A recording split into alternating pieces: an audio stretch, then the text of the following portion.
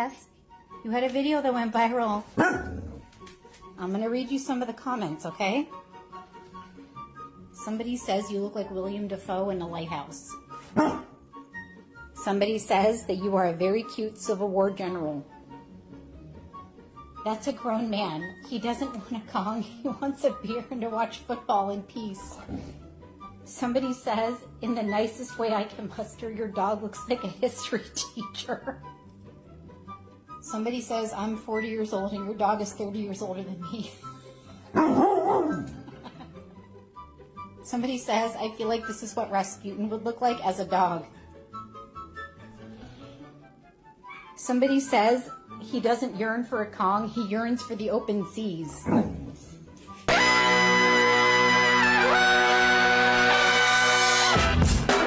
Good morning, sweet world, and welcome to the No Dunks podcast on the Athletic Network. It's Friday, December 15th, 2023. This is The Drop.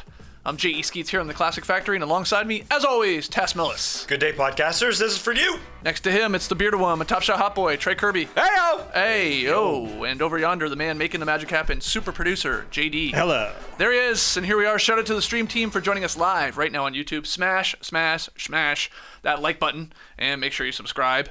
Podcast listeners, do us a favor, leave us a 5-star rating and review. It gives us life. Before we get into last night's action with a little what you got, we had another Wedgie. They're coming fast and furious. They're hot. Dom style.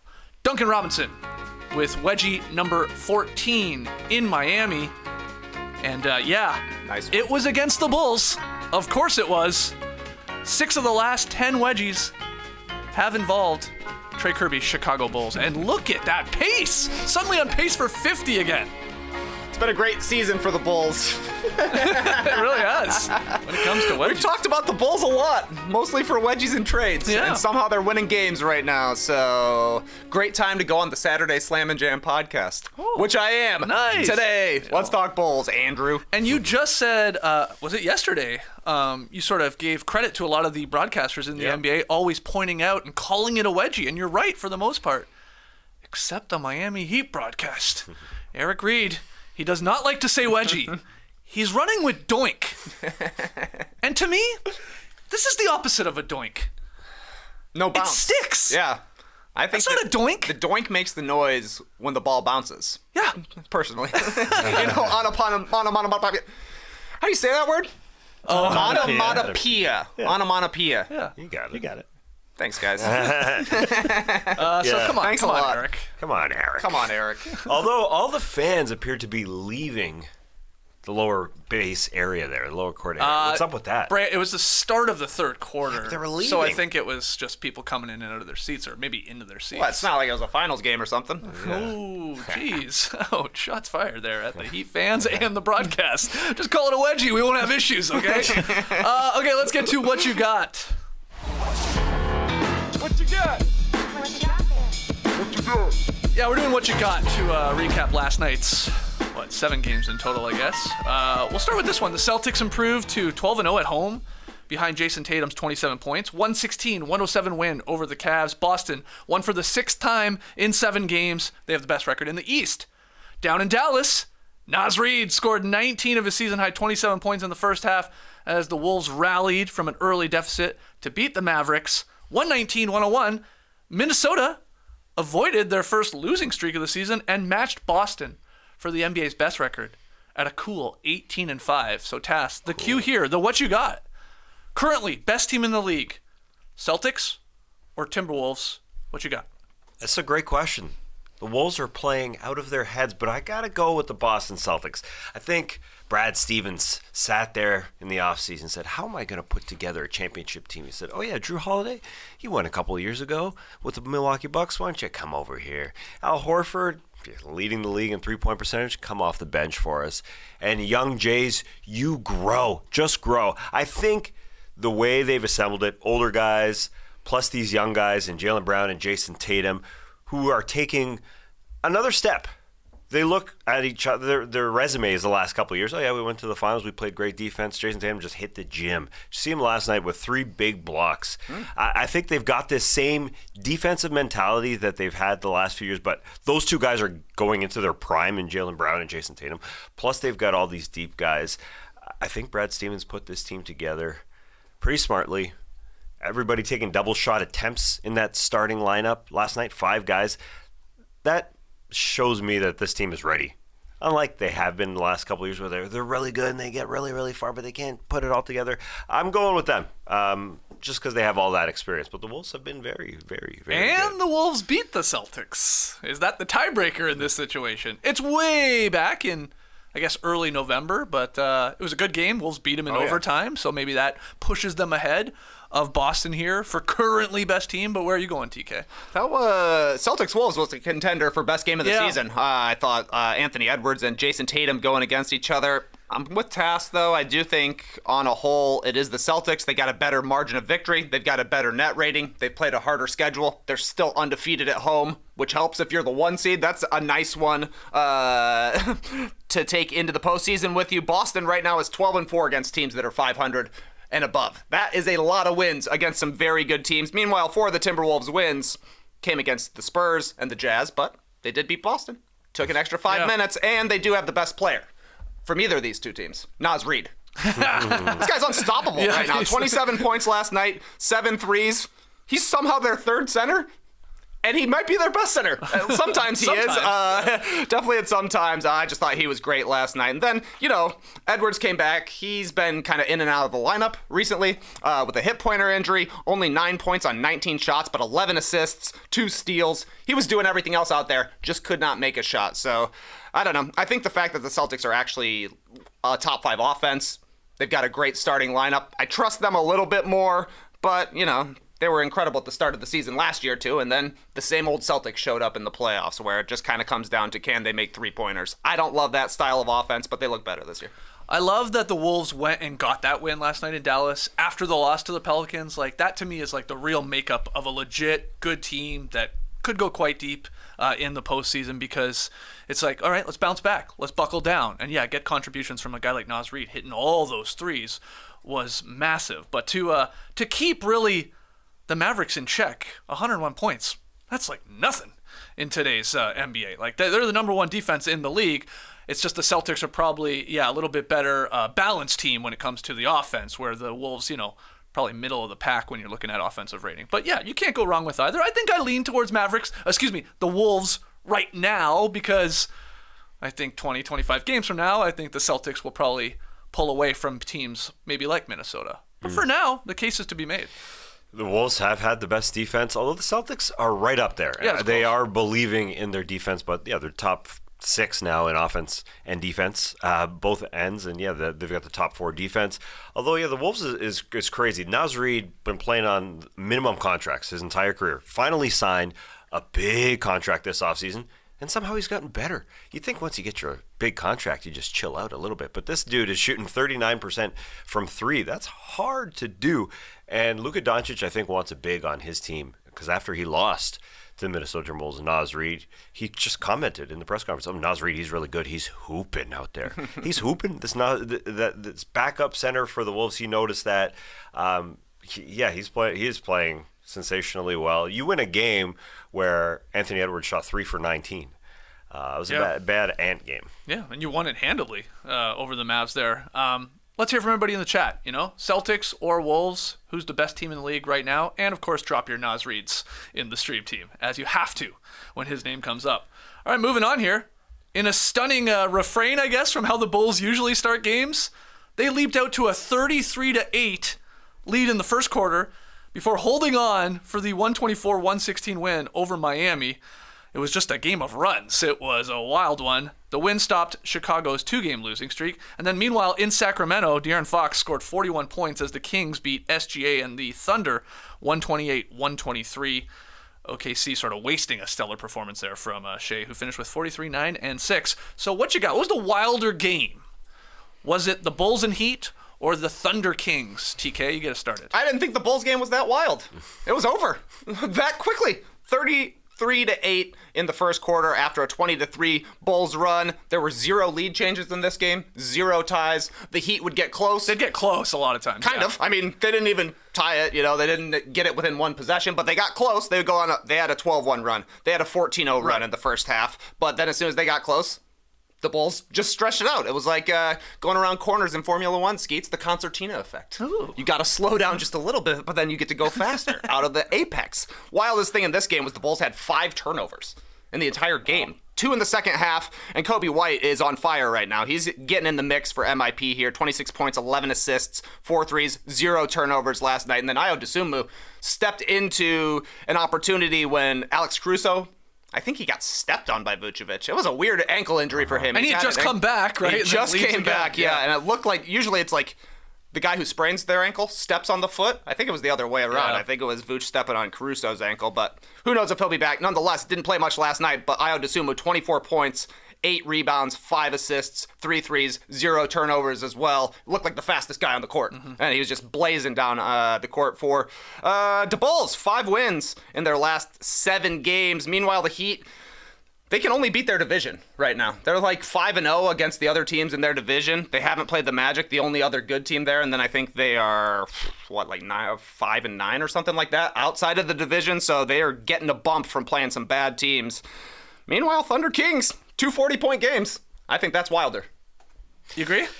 Well, yeah, it was an awesome game from SGA and De'Aaron Fox. I will say this, even though that SGA had an incredible game, I think he did slow down by the Kings defense. He got slowed down a little bit. I thought the Keon Ellis game was fantastic.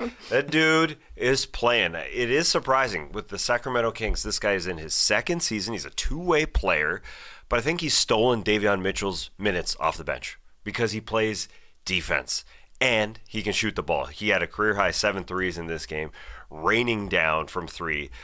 But he has taken Davion Mitchell's minutes because he was playing all of his minutes, then he got hurt, so you think, okay, Davion Mitchell's getting his minutes back, but then he came back and he stole them again. These are his.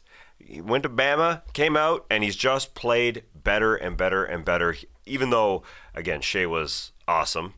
He did make Shea Gilgeous-Alexander work. He went out there and did slow him down a little bit. So respect to that guy, respect to the Kings. I think he's going to be there as games go on. He'll be there to complement De'Aaron Fox as the big wing that can guard the other team's best player.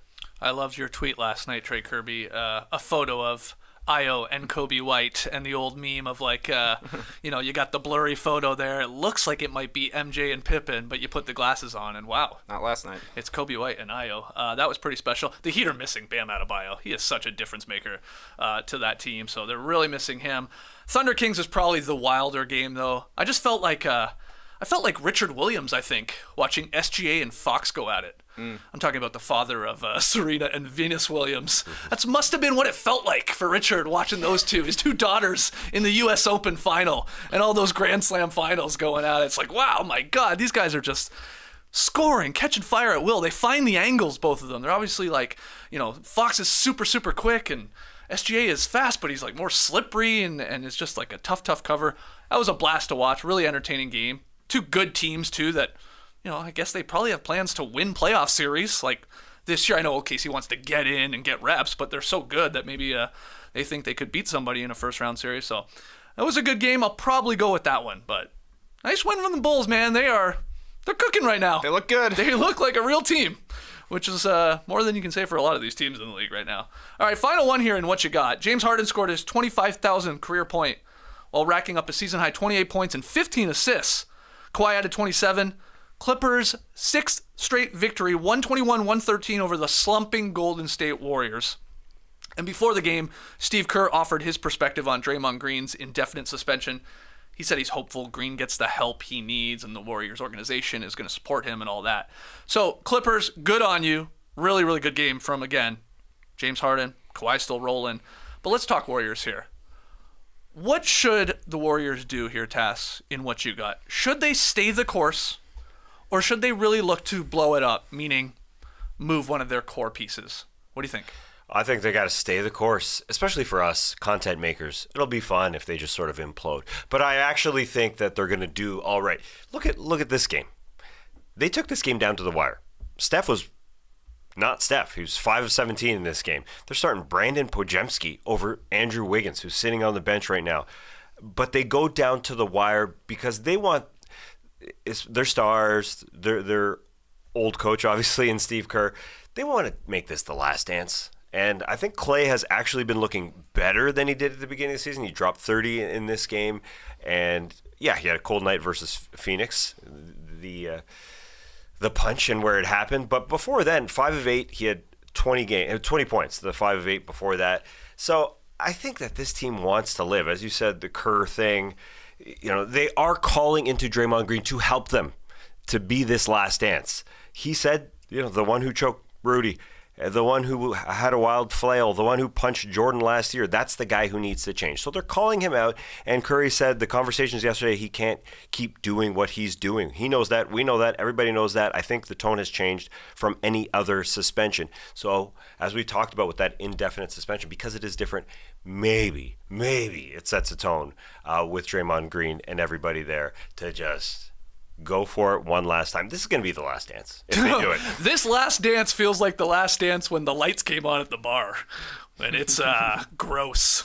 Last season was the last dance, they said. Yeah. They keep going for it. You got faith still. I mean, they're old, they're expensive, and they're bad. They're 10-14 and now 11th in the Western Conference. And we don't know when Draymond Green, of course, is coming back. They're making moves, you're right. Podziemski into the starting lineup. Kuminga, of course, in there with Draymond.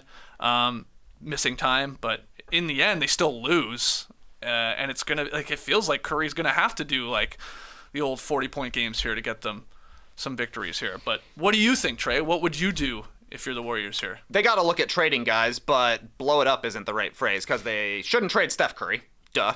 They can't trade Draymond, who's trading for Draymond at this point right now. The guy's like on a $100 million 3-year contract, and he can't stay on the court on a good team or an allegedly good team. And then the question, I guess, is then Klay Thompson, right? Like, who are they going to get that's better than Klay Thompson? He makes $43 million this year. There aren't a lot of players that make that much money to bring him back. I mean, there are some Bulls trades I was kicking around that they could pull off. I actually don't think that the Warriors would be interested in LaVine, Caruso, and Lonzo for Klay and Chris Paul, but it makes him younger. And I think LaVine has probably surpassed Klay at this point. So I don't know. It just seems like it's going to be tough. But they need a shakeup. I think they should trade Chris Paul, ultimately, is kind of what it comes down to. If they're going to start Brandon Podziemski, a smaller guy, obviously Curry is going to be playing. Moody has been good. Yep. They don't need yet another small guard. And maybe trading Chris Paul, he's on like a $30 million contract. Perhaps you can find a couple of wings for $15 million. Or convince Wiggins to play basketball well again. That would be huge. Yeah. I mean, Klay and Wiggins being the guys that are second and third on the team in minutes and even pretty high when it comes to usage rate. They've just been, for the most part, outside of Klay, who did catch fire last night, I mean, they've been some of their worst rotation players, especially Wiggins, which is like, I saw Hollinger, right? Like, it's sort of inexplicable how this guy has forgotten to play basketball at the age of 28. Like, he's like Klay, you can at least make an excuse for. I mean, he's getting up there in age, all the injuries he's suffered in his career. What, like, outside of like stuff that's happening off the court, which seemed to be an issue last year, maybe it's continued this year. It's like Wiggins has a 7.3 PER, under 48% true shooting percentage. This guy was the second best player on their team that won the title, 2 years ago. Yep. So that's tough. And again, I think blow it up here in the lower third there really means the tearing down of the dynasty. And yeah, whether you let just Klay Thompson walk as a free agent or you try and trade him at the deadline in his expiring contract. Same thing with Chris Paul, like you said, TK. Not that he was a part of the dynasty, but yeah, do you take trade calls for Wiggins and Looney and just start over really with Curry and the kids? Do you just try that?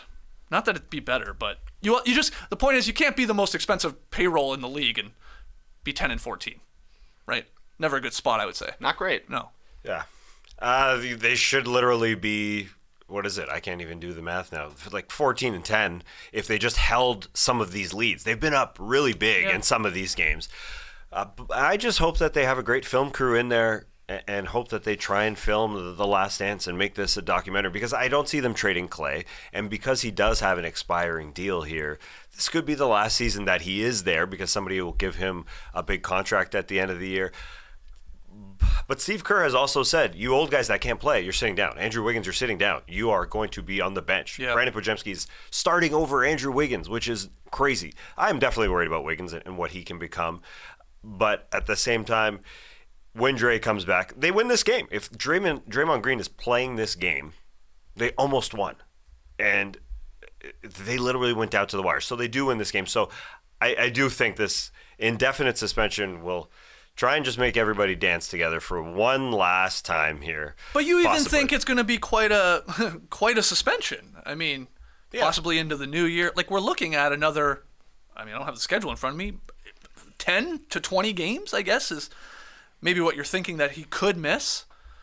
I wouldn't think it's that much, but you're right. It's going to be missing a good amount of scheduled games that they're going to Point is, you win. might be too far behind these teams to start, of course, hosting a playoff series. Yeah, I think this old team that's won so many championships doesn't really care. Just will say, hey, play-in tournament? Try us, buddy. So I think that's what they're going to try and just get to that point. You still believe in the Warriors. Why not? We believe they did win a championship. Why not get into a play-in tournament team? Are you betting on other play-in tournament teams over this team? Lakers did exactly this last year. They were terrible the first half of the season. Something wasn't right with the mix. Mm-hmm. They shipped out Westbrook, and they made a run to the play-in tournament, and then they went to the finals, conference finals. Yeah, that's what they're hoping for. I mean, that's what the Warriors' plan has to be right now. Yeah, but just hoping to. The Lakers made moves. Oh yeah, that's true. They made moves. They had to. Did you have any more thoughts on what Kerr sort of said and Steph about the Draymond Green situation, especially UTK? Anything else to add to that as we just sort of wait to see how long he eventually will miss? I think it is kind of interesting that because Yusuf Nurkic started by saying this guy needs help, now all the Warriors are like, this guy needs help. I heard Chris Vernon making the point on the mismatch. Steve Kerr is saying that the Draymond who punched Jordan Poole, who stomped on Sabonis, who headlocked Rudy Gobert, who punched Yusuf Nurkic, that guy needs to change. And Chris Vernon's saying he's been the same guy since he came into the league. So what is the change going to be? Or is there actually something that's happening off court that has sent Draymond into a little bit of a tailspin here?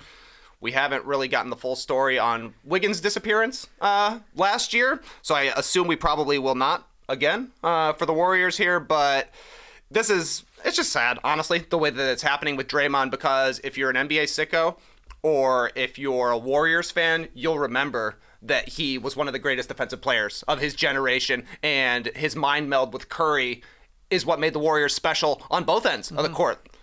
But if you're just an NBA fan or a casual sports fan, the only thing you remember about Draymond Green is all of the incidents. People are just going to think that he was Ron Artest out there when he's actually a Hall of Fame player, but at this point, it's like neck and neck, his basketball skills and his off-court incidents, or on-court incidents, I suppose. Yeah, I wonder how much these guys in the locker room that have gone to championships with him like him. I can't wait to find out. But looking at last year when he punched Jordan Poole in the face, they did rally around the troops. They did get to the playoffs. They did take the Kings 7 games. It was a fun series. So they could just be looking at each other and say, one last time. Just one last time. Let's do this one last time. And that's what it would be. It would be one last time. Or some might not want to be there. Like Chris Paul was talking to Kawhi Leonard after this game on the court. Kawhi Leonard, very strange move, covering his mouth, but there's a camera on the side of him. So he's covering his mouth, and the camera could literally see everything coming out of his mouth. I'm sure if you really want to read his mouth, you could. So maybe Chris Paul is saying, come on, bring me back. Let me be a point guard. Because he's played all right for the Warriors, although he's older. So I don't know. This is a weird one. But they're also in a horrible conference in that getting into the play-in tournament is hard. You'd rather be in the East because the 7, 8, 9, 10 teams right now, they could propel over and go into the playoffs. Yeah. But there's so many good teams in this Western Conference. It's interesting you bring up the Jordan Poole punch because a lot of people are thinking the Warriors actually lost a bunch of leverage or any leverage in holding Green accountable when they failed really to punish him at all for that. And that has maybe led to this slippery slope of like if they had maybe, again, penalized him for punching a teammate, that maybe none of this stuff happens. Who knows? It's impossible to say, but it's sort of a lot of people want to go back to that Jordan Poole incident and say, ooh, you maybe botched it there from the Warriors side of things, from the organizational side of things, in trying to keep the guy sort of a little bit under control. Maybe some truth to that. Yeah, exactly. I mean, I don't know. It's they didn't punish him at all for that, and then they hung it on Jordan Poole being the reason that the season went poorly. I don't think that was the reason, frankly, because the same thing happened with the same guy a year later. So I don't even know what I was saying, but it's just it's frustrating stuff. Like, it's just nonsense from Draymond, to be quite honest. And the way he talks about it too is like out of both sides of his mouth. He's like, I only apologize if I do something on accident. But then he also was like, I didn't realize I choked Rudy Gobert as long as I did. Yeah. Did he apologize for choking him too long? No way. No, he was happy to do that. But the other thing is, it's not just the Warriors. After the Rudy Gobert incident, there was a lot of people in media who are like, well, yeah, Rudy came over and touched Klay Thompson. Draymond was just doing the exact same thing. You're not hearing former players sticking up for Draymond right now. No. All right, we're going to take a break. But when we come back, we're going to play a little fill in the blank and look at some trades we want to see happen, some interesting award races, and a whole lot more. Don't go anywhere. It's holiday time, and for Christmas, I do a Santa share with the family. Give one good gift. Don't have to give hundreds of gifts, so I love that. You can just focus on spending time with loved ones. That's what it's about. I can't wait to pick one thing. That's a nice feeling. What I like, whether or not your family gives gifts during the holidays, you get to define how you give to yourself, what you like to do. It's nice to give to others, but you have to give to yourself. Take some time. You can do that through BetterHelp. Therapy is great for setting boundaries, simply dialing into the things you want to do. It isn't just for those who've experienced major trauma, it is for everyone. I've been in both places, and therapy always helps me. If you're looking of starting therapy, give BetterHelp a try. It's entirely online, designed to be convenient, flexible, and suited to your schedule. Just fill out a brief questionnaire to get matched up with a licensed therapist and switch therapists anytime for no additional charge. In the season of giving, give yourself what you need with BetterHelp. Visit BetterHelp.com/NoDunks today to get 10% off your first month. That's BetterHelp, HELP.com/NoDunks. I'm going to say something that I'm not sure is true, but it feels like it's true. December is the month with the most Shopify cha-chings. Yeah, probably. Holiday season, shopping season, Shopify season. Must be cha-ching season as well. Shopify is the global commerce platform that helps you sell at every stage of your business. From the launch your online shop stage to the first real life store stage, all the way to the did we just hit 1 million orders in December? The cha-ching season stage? Shopify's there for you to help you grow, whether you're selling scented soap or offering outdoor outfits. Shopify helps you sell everywhere. From their all-in-one e-commerce platform to their in-person POS system, wherever and whatever you're selling, Shopify's got you covered. Shopify helps you turn browsers into buyers with the internet's best converting checkout, 36% better on average compared to other leading commerce platforms. You can sell more with less effort thanks to Shopify Magic, your AI-powered all-star. No matter how big you want to grow, Shopify gives you everything you need to take control and take your business to the next level.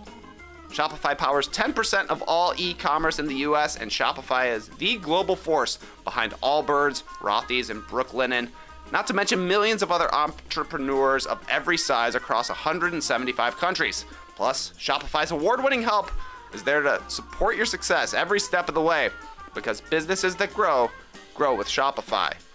Sign up for a $1 per month trial period at shopify.com/NoDunks, all lowercase.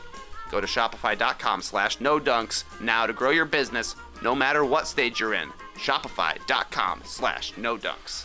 Okay, here in the Classic Factory, hit the like button, subscribe, leave your boys a 5-star rating and review. Got a bunch of fun topics for everyone to tackle here, and we'll do it with fill in the blank. Fill in the blank. Fill in the blank. Fill it in. Fill it. Fill it in, boys. Happy slop season to all of you Finally, today. man. who Finally. celebrate. Yes, today, December 15th, an important day for NBA teams. It's the date many of the players who agreed to free agent deals over the summer are eligible to be moved. So you can just have a lot more names to throw into the trade machine. And so let's do it here, guys. First one. One trade you'd like to see happen is blank. The Toronto Raptors finally say, OG Anunoby, we don't want to pay a monster contract this offseason, so we're going to trade you. Whoa. You remember when you used to play college at Indiana? Well, you're going to the Indiana Pacers. And in hopes for them, they get a couple first-round picks back, plus Buddy Hield, because Buddy can shoot that ball. But really, OG is needed on the Indiana Pacers. He would be phenomenal there. They need somebody who can play defense the way that guy can stop anybody, and he can shoot the three ball. And they'd be willing to pay more than the Toronto Raptors would this offseason. I'm just not sure the Raptors, as a Raptors backer, want to do the same thing over and over and over again and say, okay, we got Siakam, we got Barnes, we got OG, let's try it again and maybe be a 500 team. They should try and move and get great picks to actually be a different team. And so OG is actually going to be a great three-point shooter, but because they shoot so many threes, I think he'll actually be better dribbling the ball than he has been with the Toronto Raptors because they have so much space out there. And he's been really, really phenomenal at taking guys away on the defensive end. So we watch them, get spun all around against the Lakers. LeBron was just going against Obi Toppin, against whoever. OG would be a great guy. So I think they finally say, we're not going to pay a max contract, but the Pacers might. So you're saying Buddy Hield, let's say 2 future first-round picks for OG Anunoby. Yeah. Because the contracts work. They make about the same money. Buddy Hield expiring deal, so that would be good from the Raptors side of things. Mm-hmm. And then OG, we think, will probably test free agency. I mean, he all but will. Yeah, and I think the 2 first-round picks is all you're going to get for OG Anunoby. I know we've looked at it for the past few years. They said no to Kevin Durant. We're not giving you Scotty Barnes. What are you going to give us? And it would just not be enough because Masai Ujiri reportedly wanted 3 picks for OG Anunoby. I heard it was 30. But okay, a couple picks. A couple is the max. He fits well with the Pacers. So I think this might be the year. I think this might be the year the Raptors finally give up. Because are they going to pay him more than other teams? I don't think so. Well, it might be this debate between who do the Raptors want to pay moving forward if they have to pick between OG and Siakam. Maybe. That's a potential decision. Maybe they don't pay either of them. Yeah, do either of them want to stay there? Right. Okay. You fill in the blank. What's a trade you'd like to see? You fill in the blank. I want to see Zach LaVine get traded. Sure. Specifically to the Los Angeles Lakers. That's where he wants to go. Yeah. Everybody's known it for literally years. The guy loves it. It'd be cool to see if he can actually help a contending team. The one time he's had a full, decent team around him, LaVine was good. And the Bulls were good. It can happen. But honestly, the Bulls and the Raptors are at the top of the list because I think we've been talking about them at every slop season. Definitely this season. Definitely last season. You could probably even stretch it back. So one of those needs to happen. And I'll even throw John Collins into the mix. I could not believe it, goodness. Skeets. I saw Andy Larson saying that John Collins is back on the trade block, man. It took forever for this guy to get out of Atlanta. He hasn't done much for the Jazz. The Jazz are struggling, and Collins is on a pretty big contract, so it feels like we're talking Collins slop once again. Unbelievable. That's wild, man. Sam Vecini at The Athletic today, I believe, released his NBA trade board for this season. The first 5 names at the top of the board when it comes to trade season here, they're either Raptors players or Bulls players. Totally. It goes Siakam, OG, Zach LaVine, DeMar DeRozan, and Alex Caruso. So yeah, will one of our teams finally make a move? And will we fire up the emergency podcast? You can bet your ass we will. And then just to fill out the top 10, Bojan Bogdanovic of the Pistons, Sam Vecini has. Buddy Hield, Tass, there you go, a guy you just included in a potential trade of the Raptors. Kelly Olynyk, Gordon Hayward, and Tyus Jones. Sort of starts to fall off a little bit there after your top 5 or 6. Right. The Kelly Olynyk. I know we talk about him every single yes, season. We do. Come on. But listen to Luka talk in the press conference yesterday. I think he does want a big to help out Derek Lively, just to have an oldie back there instead of Dwight Powell running it back again or JaVale McGee or whoever. I think Kelly Olynyk might be there just as somebody cheap. But the John Collins thing, I don't see him getting dealt. I know there's always rumors. He just got traded for a second-round pick, essentially. It was Rudy Gay and second round picks this past offseason. So I don't think that.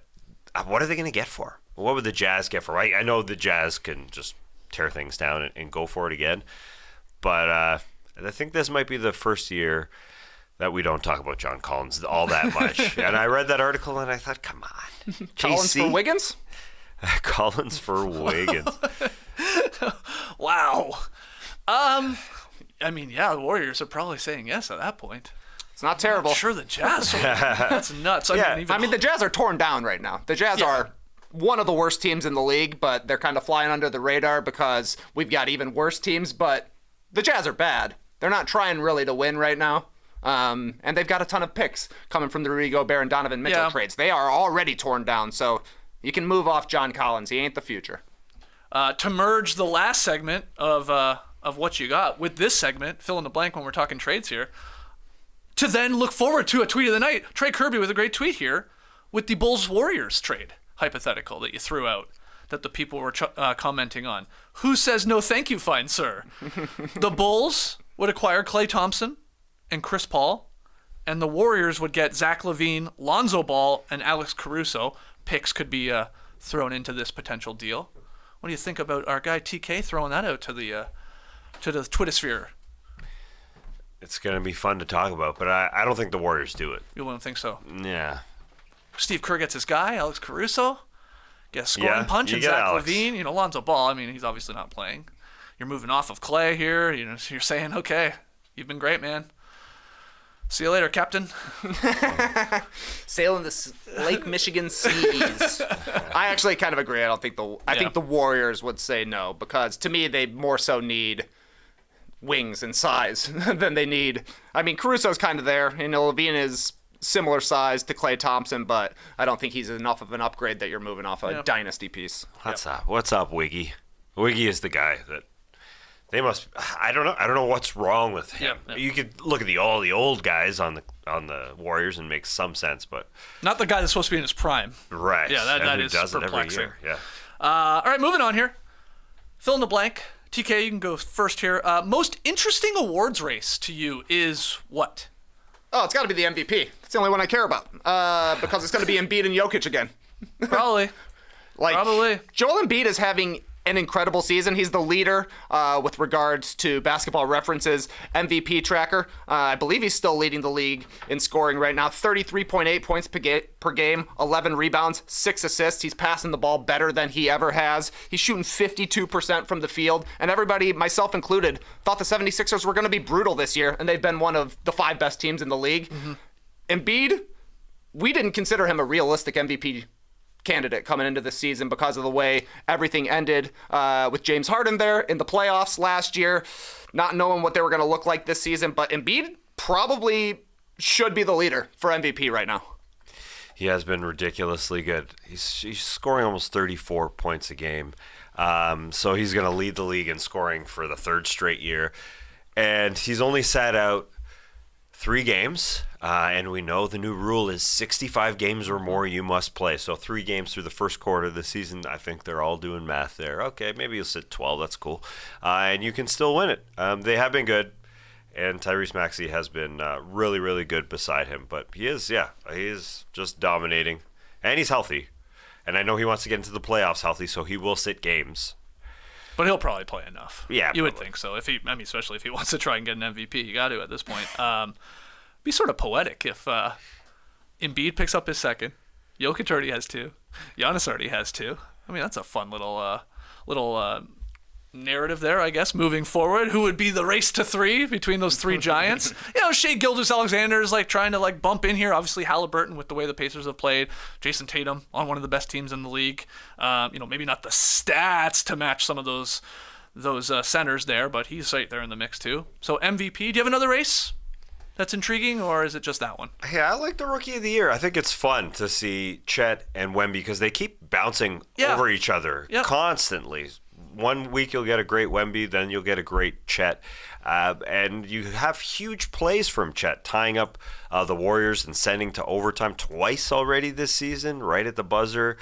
He's had incredible stats, incredible numbers, blocking people, and incredible memes. He himself posted the mom-made pizza rolls meme beside Harden and Durant, the old one, awesome. when he hit big shots. But Wembanyama has also just been so ridiculously fun to watch. Yeah. Earlier this week, it looked like he displaced his friggin' whole foot. Like he turned over on his ankle and he was fine. It's all that yoga, baby. Yeah. This guy's bendy. He is stretchy. His body is like nobody else's at that height. He just kept running. And then he had a Lakers game where he was so good up against Anthony Davis this week. And we didn't talk about it because we got so many other things to talk about, but he had 30 points, alley-oop, put-back dunk, 13 boards. He was blocking everybody. He pinned Austin Reeves in that game. He had 6 blocks, hitting threes. Yeah. So I think that's a pretty fun one as well. Yeah, he's on a tear right now, Wembanyama is. His last 3 games, he had 21 and 20 with 4 assists, 4 blocks against the Bulls. Then he had 15 points, okay, but 18 boards, 3 assists, 5 blocks against the Rockets. And then he had 30 points, 13 boards, 2 assists, and 6 blocks, like you said, along with 3 steals against the Lakers. Wembanyama's going to win Rookie of the Year. But Chet's keeping it close. And, again, it's going to be sort of fun because we never do this with Rookie of the Year. The idea that one guy will be contributing to a winning team, in theory, in the Thunder, Chet. And then Wembanyama is going to be on one of the worst teams in the league, but we'll have monster numbers, and we won't usually care about that when we're picking Rookie of the Year, but maybe there'll be a weird debate this year. But I think Wemby will ultimately win and be deserving, but it's a great race. You're right. MVP and ROI. Who won the 2 best ones. Last year, my brain's not working right now. Paolo. Yeah. Like I think I think they looked a little bit into the wins and losses last year with that one. Just a little bit. Because Jalen Williams. Didn't he finish second? The difference, though, is like, I mean, the Thunder could be a 50-win team, and the Spurs could be a 10-win team. And it's a pretty drastic win-loss difference. Yeah. So maybe it's illustrated a little bit more there. Yeah, and I think Chet Holmgren's numbers get hurt a little bit because he doesn't have to shoot, because his team is so good, because they're so deep. So last night he had 2 points going into halftime, but he had 12 in the second half and looked pretty damn good. 14, 11, and 3 blocks. So maybe his numbers aren't going to be as good as Wembanyama in the end. All right, next one here. This was came in by a guy named Grish. He wanted us to talk about some teams or players that we don't talk a lot about, and we made it a fill-in-the-blank question. Tass, what is a player or team that deserves more love, or we haven't talked enough about? Who would you fill that blank? We have been talking about the Houston Rockets, but we haven't talked about them enough just because their road record looked poopy for a while. They're winless on the road for a while, but they're 11-1 at home. That's the best road record. I'm sorry, that's the best home record in the Western Conference. 11-1. That's ridiculous. And their point differential is better than the Lakers, the Mavs, the Nuggets, the Suns. That's damn good. And they're fighting for a playoff spot. That is more than you could have thought about coming into the season. But for most people, they just went and got Fred VanVleet. They got Dylan Brooks. Okay, this team is just going to end up 11th at the most. Yeah. But they're actually fighting for teams. And they're fun to watch for me because they got so many good young players. You know, Şengün could be most improved player. Jabari Smith is awesome. They sit him in the fourth quarter sometimes because they like their Jeff Green coming off the bench. Tari Eason is awesome coming off the bench. Yeah, he's had a couple really good games recently. Yeah, and so it's really interesting to see what they'll become. Jalen Green has taken on a different role. He's stunk in clutch time because they go to Fred, who's second in minutes in played. They like playing their old guys. Dylan Brooks has been really good. Surprisingly, he's worth every single penny. I wonder if the Grizzlies regret not paying that guy.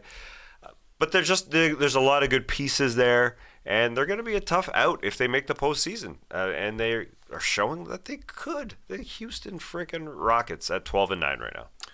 TK, where are you going? I was pretty dumb with this answer, Skeets, because I put in the players that I wanted to talk about that we never talk about, and then I realized they all played last night. So we just we got to talk about Jason Tatum and the Celtics, bro. Best team in the league, best player on the best team never gets brought up in MVP discussions, even though, like Tess said, he's gotten better as well. Yeah. I don't get it. Karl Anthony Towns, another guy we should talk about, he said, I'll be better if I'm the number 2. And now he's the number 2, and the Timberwolves are awesome. Guess what? We talked about that as well earlier. But this one luckily slipped under the radar, and I know Grish is going to love this. Okay. The Cleveland Cavaliers are bad. What's going on? I know he wants me to talk about Donovan Mitchell. He's the only guy playing well offensively. They're 24th in offense now. I think they've lost 3 straight games. 3 straight losses after 3 straight wins. The mix is just off. I don't know. Did they catch teams by surprise last year? I didn't feel like that. It seemed like they had something with their defense, with Mobley and Allen. I know both of those guys have been banged up, haven't been able to be on the court together a whole lot this season. But you would kind of think that would actually help the offense a little bit, but it's basically been Mitchell heroics. Garland, I don't think, is having a great season. They brought in Max Strus, and he's been exactly what they asked for. Shooting the 3 well, shooting the 3 a lot, doing a little bit more outside of just being a shooter as well. But for some reason, they're worse than last year. And I thought this was a team that was going to pick up after last season and just continue at least having regular season success. Yeah, they're a weird team to figure out. They are weird. You'd think with Donovan Mitchell after getting traded from Utah that he'd just have this all figured out in terms of being the lead guy on a team. And yeah, I know he gets some love. I know our buddy Grish wanted to talk about him because he has good games from here and there, but he's not having an incredible season. He's not shooting all that well from the floor. There is a chemistry issue. They are 13-12. I don't think they're horrendous. They have had tough losses, but I expected more growth. I expected more growth offensively from Mobley. It hasn't necessarily happened. They are a tough team to go and score against because their defense is pretty good. But yeah, their chemistry ain't there. It ain't there. Yeah. We thought they would just continue to keep growing. 2 years ago, 44 wins, then 51 wins last year. And yeah, now they're like a 500 team. And they sort of, when you watch them, they feel like that. JB Biggerstaff, probably on a hot seat. I would think with a team that has a solid rotation, they should be better than this. He's been there for a while, sort of caught me by surprise how long he sort of coached the Cleveland Cavaliers at this point. I think if we were doing a fill in the blank, which coaches are on the hot seat, he'd probably be on the short list. Yeah. In just terms of maybe just bring in a new voice and shake it up a bit, maybe that gets them going. But yeah. And check up the offense. It's not good. And this was a bad offense, the one that the Knicks were able to beat in the postseason last year. They just don't look all that good in terms of sharing the ball and moving it. I'll show some love to a rookie that we don't talk about a lot, for good reason, because his team stinks. But Wizards rookie Bilal Coulibaly, he's been really good. He's 19 years old. He's averaging 9, 4, and 2. Plays pretty solid defense for, again, a kid his age. Shooting 53% from the floor, 43% from deep on about 3-point attempts per game. That'll tick up as his NBA career goes on. He plays minutes for them. He's you can have him out there and he's not hurting you. Again, you're gonna look at his plus minus and go, "What? This guy sucks." Well, I mean, they get hammered by everybody, but I don't think he's to blame. He's actually 5th among the rookies when it comes to minutes played per game. It's Brandon Miller and Wemby playing over 30 minutes a game, and then it's Jaquez Jr. and Asar Thompson for the Pistons, and then it's Coulibaly. Those guys play around 27, 28. But I mean, the Wizards have drafted quite poorly for a long time here. I think they got one. I think they may have successfully got a future, maybe an all-star in the making down the line 3, 4, 5 years from now. Because a lot of these picks they've had before. Your Johnny Davises, even your Kisperts, Kispert's fine. Fine. Yeah, guy. But he's drafted, top 10 pick? Yeah. So they got one here, I think, in Coulibaly. He's better at offense than I thought he was. Yeah, absolutely. Yeah, absolutely. He can shoot the 3 pretty good. Looks okay. All right, next one here. Wildest stat from the first 50 days of the season is, where are you going, TK? Kawhi Leonard has played 24 of 24 games. Woo! Nobody thought that would be the case. No. So shout out to the PPP. It's actually working, and apparently the PRP, if that's what he had done to his knee, because it was a slow start for Kawhi Leonard, but this guy is straight up balling right now, and he's playing every single game. Paul George just missed his first game last night. So those were the 2 guys who were under the biggest microscope, I think, with regards to the player participation policy. And they've been showing up every single night. Slow start to the James Harden era, but they have figured out how to play together pretty quickly. Yep. Every time the player participant policy comes up, just say PPP. Yeah, the P's. It is just tough. say fast PPP. I still like calling it the LM, the load management. Every time people talk about it, or every time a media wants to talk about it, wants to report on it, the photo is always Kawhi and Paul George. Yeah. Always. Yeah, they're the poster boys for it. Or they were. Yeah. They were. They actually are playing basketball this season and playing it well. Where are you going for this one, though? Wildest stat. I found this a wild stat. I know we give Orlando a lot of love because they deserve it, but 8 of their first-round picks are on the team. 8 first-round picks of theirs are playing basketball on their team. I thought that's a lot. More than half their rotation is just their guys. You'd think they traded Mo Bamba. They used to have Aaron Gordon or Victor Oladipo or Mario Hezonja, but those guys are all gone. Yeah.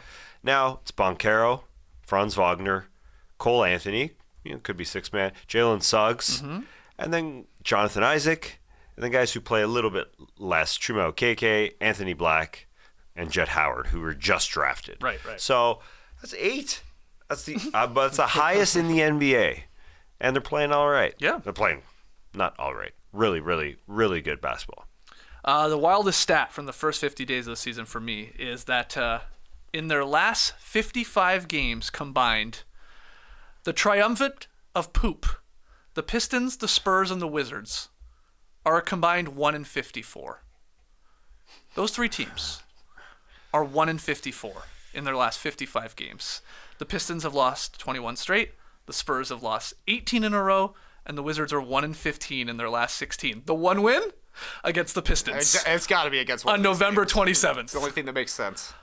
The last win for any of those 3 teams against another team that wasn't them was against the Hornets back on November 8th. 1-54 of these 3 teams. This is nuts. I think that's when we made the nut dust bet. Was when I think right. the Wizards beat the Hornets. I said, the Hornets will definitely have more wins. And LaMelo was playing well then. And now he's out. But yeah, that's crazy. That's crazy how bad these teams are. I mean, a 21-game losing streak. That's up there for wildest stats. And yeah, the Wizards, man, they're 3-20, but they're not Detroit and San Antonio, so they're like, all right, we're living the life. That's crazy. The Pistons, crazy, man. The Wizards are 1 game better than the Pistons. That doesn't make sense. I did see that these 3 teams, again, the Pistons, Spurs, and Wizards, they all start to play each other in early January. There's a week or 2 where they see each other a lot on the schedule. So we're really going to decide who's the worst of the worst. But that's crazy. I just can't believe that we have 3 teams right now in the running as the worst team of all time. Knocking on the door at least.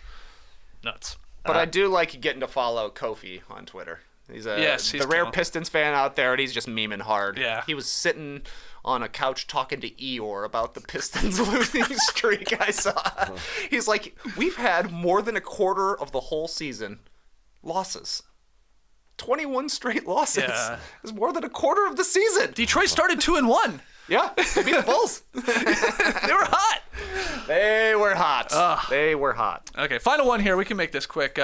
Just to put a button on the in-season tournament, I just want to know one thing you would tweak about the in-season tournament. Fill in that blank. What would it be? I think they got to keep the in-season tournament games locked into one night a week, just so you can promote it, be excited for it, know that it's coming. You didn't like the Tuesdays and Fridays? I mean, for us, because we're sickos, yeah, but I'm sure a lot of people were confused. Some people had games on Tuesdays, and then some on Fridays. They just didn't play. You would just know that your games are coming Tuesday, and as a league, you can say Tuesday night. Just know that it's a big night. Or Friday night, Saturday night. It could be any of those things. Right. I think it just makes things a little less confusing. I know some fan bases were wondering, when the hell do we play? If it's just one night, I think it helps. Wouldn't it take longer though to eventually get to the knockout rounds and stuff like that? Not saying it's a bad thing, maybe. But no, I think the schedule sickos can figure it out. I think 15 game nights every Tuesday. Just do it. We did a lot of that already. Feels like we've had a lot of 13 and 14 game nights. I think you could do it. The season starts, mid-October. You basically just have to play 4 games until early December, and then go have some crazy fun in Las Vegas. So after a couple of weeks, they just start every Saturday. We got our in-season tournament games. Here we go. I think it could be exciting. Saturday's a good move as well, I think. Okay. What about you, Trey? A tweak you'd like to see? They can't start a game at 2 p.m. local time in Las Vegas. Okay. That's the number one tweak. That was the best game of the in-season tournament, and I haven't seen the ratings, but I guarantee it's the lowest rated game. It was. Right. It was 1.8. That was just ridiculous start time. 2 p.m. local. I mean, 5 p.m. Eastern, that's a bad start time. 2 p.m. local is worse. Yeah. Okay, I'm going to go with, just call it the NBA Cup. In-season tournament. I know they didn't really know what to really call it. You see NBA Cup thrown around a lot. People seem to like that more. Just make the move already. Just pivot to that. Because I was thinking, this Lakers banner that they're going to hang, is it going to say in-season tournament? Probably. Yeah. And then what happens if they move to calling it NBA Cup? Will they go back and edit the banner? If the Lakers win another one in 3 years, we'll just say NBA Cup or whatever it's called at that point. So I don't know. Just go with it now. I think they've already decided to change it to NBA Cup. Yeah. I think, as we know, Adam Silver, I'm sure, said Lakers hang a banner, but don't put in-season tournament on it. You don't think it'll say it? No, I think he got in their ear and Maybe. said, let's freaking do this. Let's call it NBA Cup. Okay. I'm sure he wants to, as a soccer man, to call it something like an FA Cup or whatever they have been called abroad. Yeah. And this isn't a tweak about the in-season tournament as much as it's something we should pull from the in-season tournament. We got to just put a bunch of money on the line for the dunk contest winner because it inspires these guys to go out and try a little harder. I know they get something already, but let's up the ante there and try and get the best dunkers in there for whatever it is. We've said before Drake should be the one putting up $1 million and come save the dunk contest. But look, the prize pool definitely inspired these guys to play a little bit harder, along with the competition factor and the idea that you want to win this cup and all that. But just do it. Just take that and throw it in there. Either a brand like a sponsor or Drake or or the NBA themselves. They've got the money. They could do this. Saw Drake hitting some layups recently on his Instagram account. Yeah? Because No Dunks follows him. Oh, we do? Yeah, so I saw that. Nice layups he made. Really nice. Is he a lefty? I can't remember. I couldn't tell you. I I don't don't know. think so. No? I Okay. don't think so, but I don't remember. Okay. It was just a cam. It's like he put the camera down.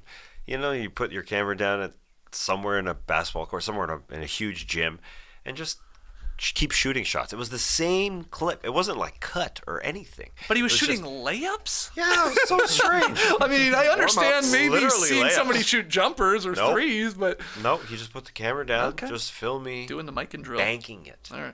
All right, we got to take one more break. When we come back, some tweets of the night and rapid fire fun. New sponsor alert, guys. Z-Biotics, my new friend. And it's my favorite kind of product, an elixir. Guys, over the years, my constitution has become, well, I guess you could call it delicate. I have a delicate constitution. I can't drink like I used to. Sometimes I'll have like just one beer, one glass of wine, and I'm completely useless the next day. Well, Z-Biotics has arrived to help with that. Z-Biotics pre-alcohol probiotic drink is the world's first genetically engineered probiotic. It was invented by PhD scientists to tackle rough mornings after drinking. Here's how it works. When you drink, alcohol gets converted into a toxic byproduct in the gut. It's called It's called acetaldehyde. I looked it up. I don't know how to say it. It's this byproduct, not dehydration, that's to blame for feeling crappy the next day. Z-Biotics pre-alcohol probiotic produces an enzyme to break this byproduct down. Just remember to take Z-Biotics pre-alcohol and make it your first drink of the night. Drink responsibly, and you'll feel your best tomorrow. And it arrived just in time for the No Dunks Christmas party, guys, where El Vino did flow, as well as Old Fashions and Negronis. But, I also squeezed in a little gin and tonic there at the end. It's a tud, as my mother likes to call it. Totally unnecessary drink. But I drank a Z-Biotic before all that, and I was playing pickleball at 8 a.m. the next morning. Wow. Yeah. So shout out to Z-Biotic. Go to zbiotics.com/nodunks to get 15% off your first order when you use No Dunks at checkout. Z-Biotics is backed by a 100% money-back guarantee, so if you're unsatisfied for any reason, They'll refund your money, no questions asked. Remember to head to zbiotics.com/nodunks and use the code NODUNKS at checkout for 15% off. Thank you, ZBiotics, for sponsoring this episode and our good times. Yes, good times were had there on Friday night. A tud, I like that. I'm adding that to the lexicon. All right, if you're wondering what we do during the break, we are watching Drake and this layup package here in a beautiful location. I don't know where he is. Looks but great.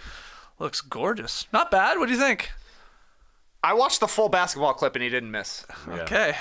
And a lot of jumpers in there. Yeah, there were some. There were some jumpers, some one-legged Dirk fadeaways. And then the second and third slides, JD, you're going to love this. Pickleball. That's how he stays fit. So we put out like a minute clip of him just shooting around out in the beautiful rainforest, and then just a still image of him playing some dude in pickleball. Talk about burying the lead. Yeah, Holy. for sure. You got to put that first in the carousel, is what Yeah. you're saying. Okay, it looks like he's in. He looks good. He looks comfortable Yeah. with the ball. I'll give him that. Yeah, he does. He's got a trainer. Yeah, I was gonna say he's seen way him better than I practicing in his remember gym. him Yeah. being. So, all right, good on him. Okay, let's get to tweet of the night. Tweet of the night. Wow. Twitter. I've got two fun tweets of the night from two NBA media members. The first one's from Jared Weiss, at Jared Weiss NBA with The Athletic.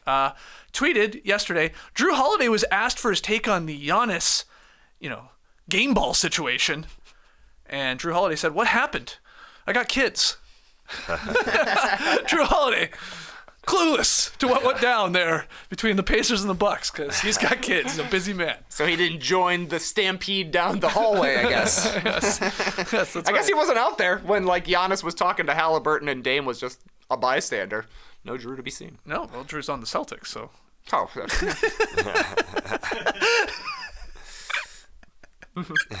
Sorry, man. I gotta. You keep got up. kids! You got That's what kids. you should say. I got kids. What can I say? Oh, I'm too obsessed with Drake's pickleball game to keep track with my real job. Jrue Holiday's on the Celtics? Yeah. We should talk about that more. I got another tweet from Matt Moore at HP Basketball. I really like this one last night. I asked Jokic a question about how to manage energy and effort on offense versus defense and that balance. He said, "Good question." And then Jokic turned to PR, checked his watch, and said, "Only took 9 years." That's how long I've been covering him. What a fucking zing from Jokic on Matt Moore.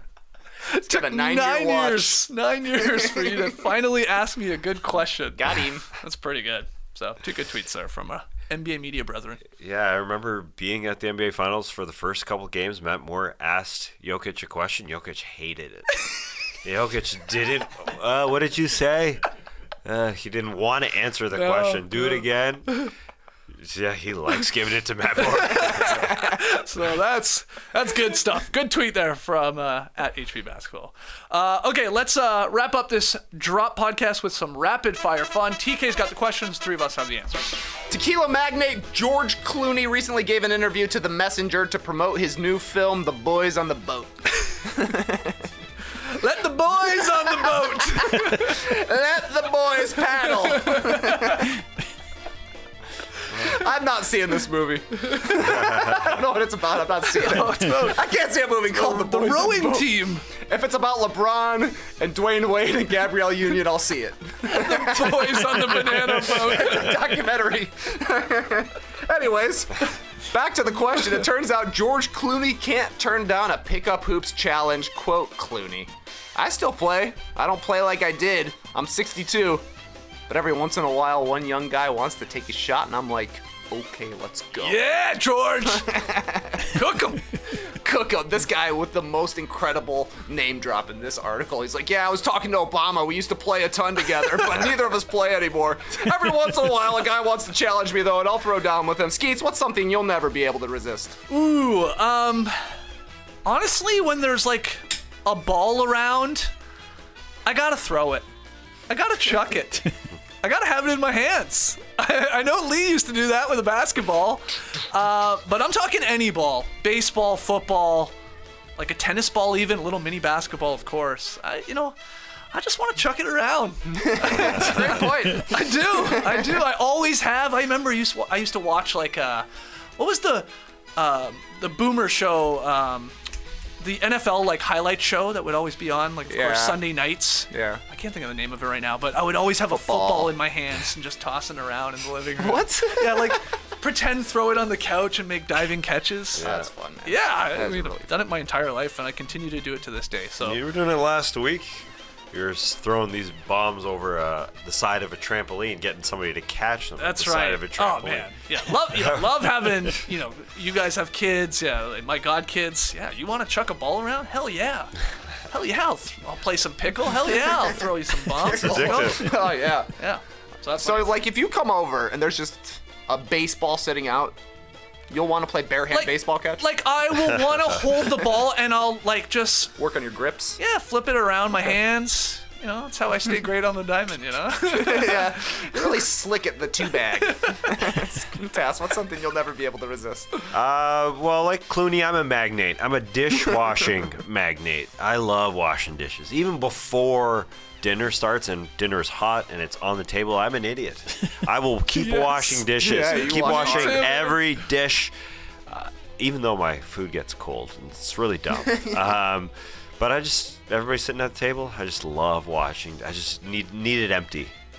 So there you go. Yeah. You actually Does your do a good wife get job upset with as you? go. Oh, she hates it. Yeah, no, She I'm hates like you. I do that too. I'm like washing dishes, and she's like, "Let's eat."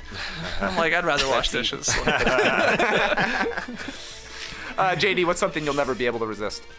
Clicking on a video where someone's falling down. That's every single one. That's my entire Instagram feed is just the For You page. It's just people falling down. I love it. I hate falling down. That's probably why. But it's never not funny to me. That's it. Okay. Fall down videos. I mean, America's Funniest Home Videos, it's still on, I think, right? Is it? Yeah, I think so. I think so, yeah. Wow. Who's yeah, there's a big host. It's not the same host, I don't think. No, It's not. It's another guy, but, I mean, I'm just saying that there's a lot of people out there like you, JD, who love to see people fall down. Yeah. Yeah. It's the best. invented It's YouTube. hilarious. Yeah. Yeah, it really did. I mean, so these this show's still on, but these aren't home videos anymore. Now they're They do. just on Memes your and phone. stuff. Great Yeah. question, yeah. Yeah. That used to be the charm, though, Yeah. of the home video. Yeah. Alfonso Ribeiro is the host? Oh, That's right. Yeah, that's it. Wow. Yeah. Wow. Cool. And I like it especially when it's kids and it's like the parent, they don't even waver. You know what I mean? Like a lot of times you'll see the camera sort of drop. As soon as the kid falls, the camera drops. I respect the parents that just stick with it, watch. They capture the aftermath. This might get us 10K on AFV. Exactly. Call in and vote. Speaking of call in, the Jazz's Colin Sexton took Utah's box and one defense a little too far in a win against the Knicks, following his man Jalen Brunson completely out of bounds and down to the end of the bench on a possession earlier this week. Fellas, what's something you've taken too far? Well, over the last couple months, I got back into collecting cards, and specifically rookie cards for Canadian NBA players. Like, that was going to be what I collected. Okay, that's fun. I was having a blast. Of course, getting my SGAs, and, even Steve Nash's, and even these, Matherins and Sharps and so on. But Dylan Brooks. yeah, I do have a Dylan Brooks. But it started to go too far when I started, eBay searches for, Bill Wennington signed cards, and I got a Leo Routen's 84, 85 star card. Now it's out of control. I'm trying to get one of every a rookie card for every NBA Canadian player. But, I've got saved searches now for Trey Lyles cards and just insanity. So it's gotten out of hand. I'm having fun, but it's I don't know, it's taken over my life here. If you get a Wennington, we can get it signed for I sure. already have it signed. I already have one. And it's slapped. This is a problem. You're also continuing something you used to do as well when you were younger. Yeah. You wanted those collections. Maybe, Yeah, he but I was always never talking to really Bill Wennington. collected. Yeah, I never really collected cards, but I opened packs and had a bunch of hockey cards growing up in Canada. But yeah, it's been fun to do. Honestly, it's a great time killer. Just be just look on eBay for 20 minutes, see what new cards they have. But you know what I found out? Too many cards. There's too many cards. There's a lot of them out there. Like, I know the 90s was the junk wax era. There were too many cards made then. Man, I don't know. I think now there's too many. Like too many different brands. Well, no, it's like not even brands. It's like they have 1,000 parallels for like one card. Gotta get your So it's like rainbow. there's a blue border, there's a green border, there's a shimmer, there's a prism, there's a blah blah. There's like, just give me one. And you'll throw it in a slab. I'll throw it in a slab and collect them all. What kind of slab are we talking for Bill Wennington? It's in a PSA slab. It was graded. Somebody signed. He signed it, and then it was sent into PSA, and I think it's a 10. I think it's gemmed. Anyway, hey, look, it's gone too far. Now we're talking about it. You should answer. You should just move on here. Yeah, I'll follow up on the social media that JD was sort of getting at. Unfortunately, with the updated social media, I got a brand new phone, and the new iOS for every single social media. It sets you up so you block all the photos that you usually post or any of your medias that you usually post. The setting is you actually have to go and pick each one that you want to post instead of just saying. Oh, I know you're talking. So you about. got to go back into Instagram and say yes, you can just share the photos. So even though I go on all these social media, all these apps, and I do share them. Yeah. I'm so stubborn that I will not set it up. So I actually, if I want to share one photo, I gotta go, oh yeah, I'll share. Okay, so I gotta go through my photos. I gotta find that thing from 6 years ago and share it. It's hard work, but I'm doing it for some reason. So you have the brand new, I guess, iPhone? Yeah. What are we at? 15? 15, baby. Yeah. I gotta upgrade. It's good. Is it nice? It's yeah, really I got to good, upgrade too. Yeah. Oh, you're having battery I problems. just found out today my battery is far too degraded. That's what happens sticking on 11. Something I've taken too far. Too many pictures on my phone. So stupid. Why do you need 16,000 pictures on your phone? I gotta look at this later. No, I never look at it later. Literally never. JD, what's something you've taken You gotta too do far? it. You gotta do it right now. Yeah. I just upgraded All right. to the 15. 11, just like you, 11 to the 15. God, What a jump. what a Yeah. jump. I have every WhatsApp photo that we've ever shared on my library. I don't know how to turn it off. Oh, yes, you do.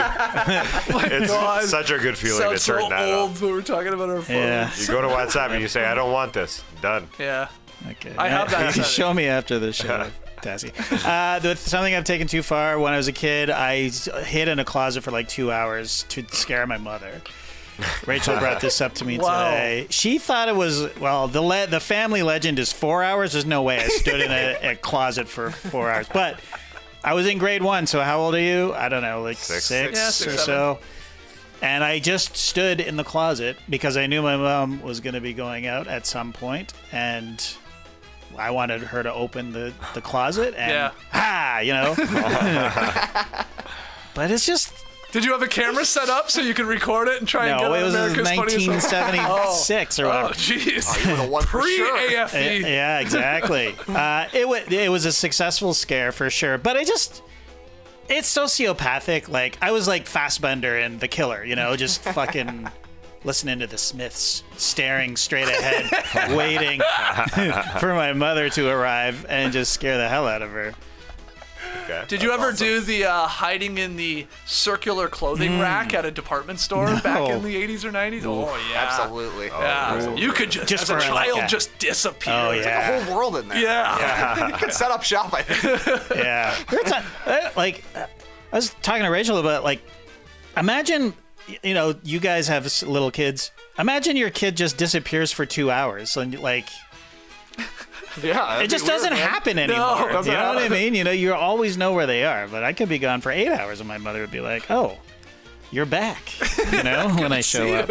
Do you remember thinking, I've been in here a long time? Yeah. No, I was like, I'm going to give up. I'm like, no, I can't. Yeah, that's the Not now. thing. Stubbornly waited. Because I thought she was about to leave, and then I guess she got distracted or whatever. Mine wasn't with my mom hiding on her, but I remember a classic game of hide and go seek. And I climbed a tree once, and I climbed very high into this tree. And I just stayed up there, and Yeah. it got to the point, like, they all gave up. Right. They were going inside to ask my mom where I am. Like, I've been abducted, I've been missing. Yeah. But And you're just like see them all, hearing right? everything, Yeah, and you're like, ooh, this is good. How too good. long do you go with it? Well, when they call the cops, I guess that's when you give it up. Yeah. I wish everybody. You said, JD, that kids aren't out there for hours. Yeah. I wish everybody brought them back in because there's still some old schoolers that let them go. Oh, yeah. I'll see like a 5-year-old kid out there for like 3 hours. Comes out with no shoes in the freezing cold. I'm like, get this kid out of here. I don't want this kid. What do you mean, like showing up at your place? No, like running outside in the neighborhood. Yeah. yeah. Like I'll watch my kids. I'll be a new parent. Yeah. But the old school parents, there's some. Yeah. There's some, and I don't want to deal with it. Shoeless kid. Fair enough. Get it out of Fair here. enough. Shoeless. Get out of here, shoeless kid. Don't let that kid ever play for the Chicago White Sox. Right? I'd love to throw a ball around with that kid. Yeah. He's good. I'm coming over. What time's he out there? That kid can throw. Final one. Fresh off a fracas with the Milwaukee Bucks, the Pacers are bringing in reinforcements. According to Woj, they've signed 15-year veteran and karate black belt James Johnson to a 1-year deal. Yeah. Just in case. Skeets, who's got your back in a fight? Nora, Luna, and the Lord Almighty. They got my back. That's great. That's who I'm rolling with. Nice little gang you got there. That's what you got. Damn, JC. 10 more days till JC. I think that's why John Collins is involved in trades, because they like calling him JC. I've got the most stubborn, strong, toughest, feistiest 3-footer around. She'll fuck you up. My 3-year-old daughter. With anybody. Yeah, that's good.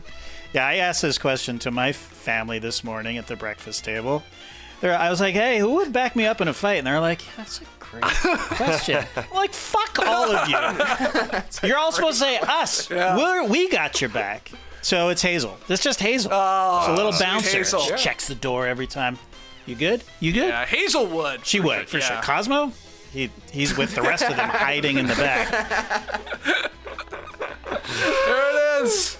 Rapid fire, not so rapid, but helps us make a classic. And if it was a classic, hit the like button, make sure you subscribe, leave us a 5-star rating and review. That's it for No Dunks this week. We are back next week, week before Christmas. Wow. Is that right? Yeah. Yeah. Yes, it is indeed. But we'll be here. We should have 5 shows for you next week. A special, fun Christmas edition of Squad on Friday. It is back. We've already recorded it. When Jerome was here, we actually recorded that one. So that will air on Friday, but we'll have shows Monday through Thursday. Maybe we'll do the drop on Thursday. But yeah, join us on Monday, 10 a.m. Eastern here in the Classic Factory. And thanks everybody for joining us live on YouTube. Everybody have a fun weekend. We will see you on Monday. Until then, Clipper Bros. You heard it here first. Have a great time. Turn up. Love you guys. Awesome. Thanks for joining us. And remember, George Clooney's new movie is on Netflix, right? Is that on Netflix? Is it? Yeah, I think so. I think so. About the boat. The boys in the boat. Boys in the boat. Yeah, I'm doing it. You're gonna watch it? Yeah. Netflix makes it easier for me because I'm just like, okay, You've got put it on. You've got a kayak. I do. He's the boy in the boat. Yeah. What's that other Netflix movie? Isn't there like a Julia Roberts Netflix movie? Yeah. Oh, maybe that's the one I'm thinking of. What is it called? No clue. It's got like a phrase. That's the one as a I'm name. thinking of. Ethan Hawke's in it. Yeah. It's quite spooky. Leave the world Michelle behind. Yeoh. Oh, yeah, it that's did right. look spooky. It does look spooky. Yeah. Nora watched it. Spooky? And? She said it was fine. It's got a bit of a poopy ending. Yeah. That's what she said. Okay. Poopy headings. All right. Embrace the day, people. Embrace the weekend. Hell, embrace whatever you want. You think I care?